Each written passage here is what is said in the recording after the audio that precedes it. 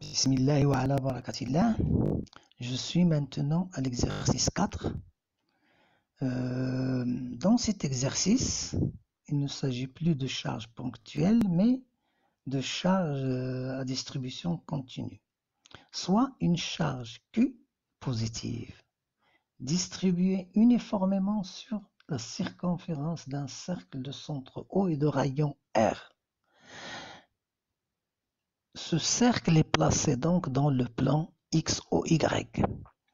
Donnez l'expression du champ électrostatique élémentaire créé en O par l'élément D de L de la circonférence O et de centre A, c'est-à-dire un élément D de L de centre A, A est un point de la circonférence. Bien. Donc, cette première question, donc. Et ce champ-là, il dit champ élémentaire. Pourquoi? Parce qu'il est créé par l'élément D de L. Regardez bien, s'il vous plaît. Je fais le schéma. Je trace le cercle de centre O et de rayon R dans le plan XY. Je prends un élément de longueur sur la circonférence que je note D de L, de centre A. Il est distant du point O, la distance est égale à R, pas de problème, ça on le connaît. Très bien. La distribution de charge sur la circonférence de centre O et de rayon R est néique. Alors la charge totale c'est Q. Donc la densité de charge est notée lambda est donnée par Q sur 2πr. 2πr, c'est-à-dire la longueur de la circonférence. Et puisque la distribution est uniforme, donc j'ai le droit d'écrire cette équation sous cette forme-là. Alors l'élément D de L, je sais qu'il porte la charge D de Q est égal à lambda D de L, c'est-à-dire est égal à Q sur 2πr D de L. Cette charge-là est dite élémentaire, c'est-à-dire que c'est une charge ponctuelle. Alors, quel est le champ qui va être créé par ce D de Q au point O? Tout de suite, je sais que D de E, j'en note, c'est un champ élémentaire D de E. Comme la charge ponctuelle, il est égal à K fois la charge, cette fois-ci la charge c'est lambda D de L, sur la distance qui sépare la charge du point où je calcule le champ, c'est-à-dire R au carré, suivant un vecteur unitaire U qui est dirigé de la charge vers le point où je calcule le champ. U est un vecteur unitaire dirigé vers O. Très bien. Donc voilà la réponse à la première question. La deuxième question maintenant, montrer que le champ résultant créé par toute la circonférence en O est nul. Très bien, donc voilà. La deuxième question donc, on doit voir que le champ en O est égal à 0. Il est clair que O est le centre de symétrie de la distribution de charge qui est uniforme. Donc le champ créé par la charge du point A s'annule par le champ créé par son symétrique A'. Si je prends le symétrique, j'ai le point A ici, et j'ai son symétrique que je note ici A'. Tout point de la circonférence a un symétrique. Alors, le champ élémentaire créé par le point A, point O, il existe un point A' sans symétrique qui va créer un D de E' opposé à D de E créé par la charge du point A. Et la somme des deux est égale à 0. Et ceci est valable pour tous les points de la circonférence, donc le champ au point O est nul. Bien. La troisième question, on va prendre alors cette fois-ci l'axe OZ comme étant un axe perpendiculaire au plan de la circonférence, et on va placer un point M sur cet axe avec l'abscisse Z.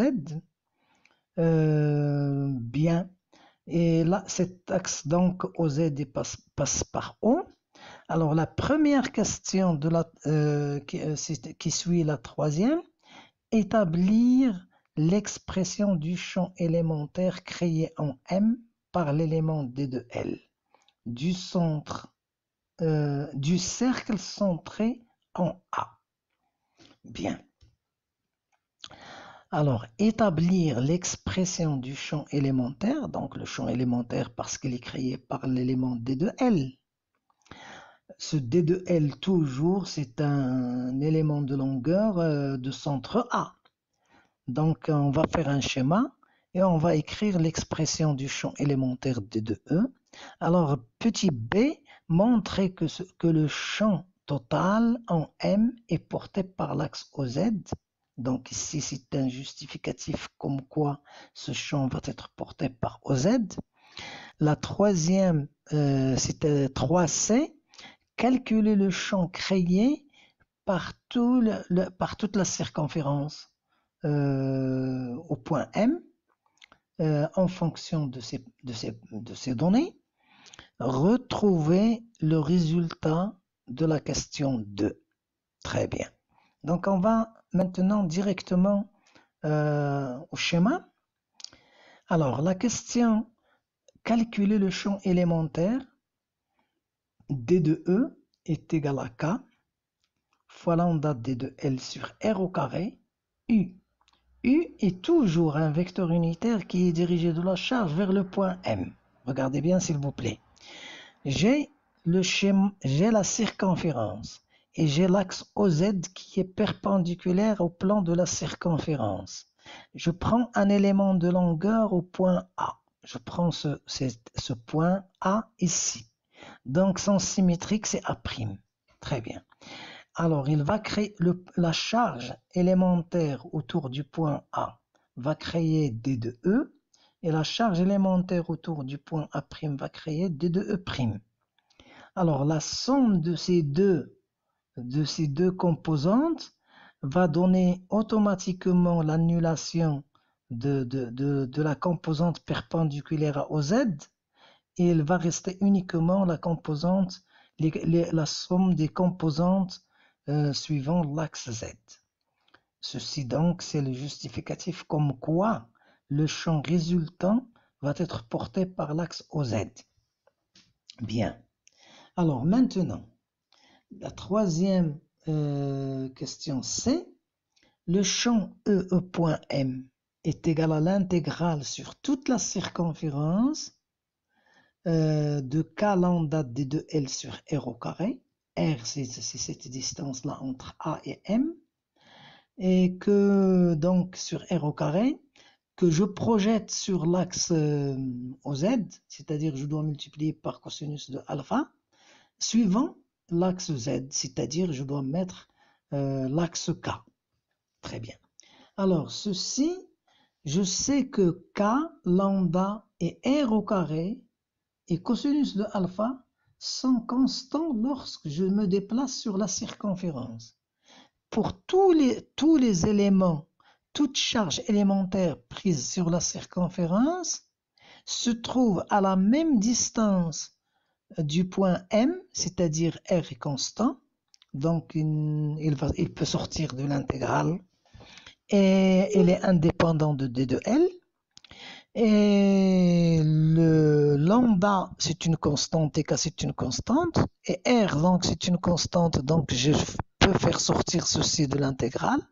Il reste donc l'intégrale sur toute la circonférence de D de L suivant K, ce qui donne donc pour l'intégrale de D de L, c'est-à-dire la valeur de la circonférence, c'est-à-dire 2πr. L'intégrale donc donne ce résultat. Et ce résultat, donc, je sais que cosinus de alpha, le cosinus de cet angle, c'est-à-dire de cet angle-là, est égal à Z sur R, est égal à Z sur R, et je sais que R, c'est Z au carré plus R au carré. R au carré, petit r au carré, est égal à z au carré plus petit r plus grand R au carré. Donc j'obtiens cosinus de alpha est égal à z sur r est égal à z sur racine de r carré plus z carré. Très bien.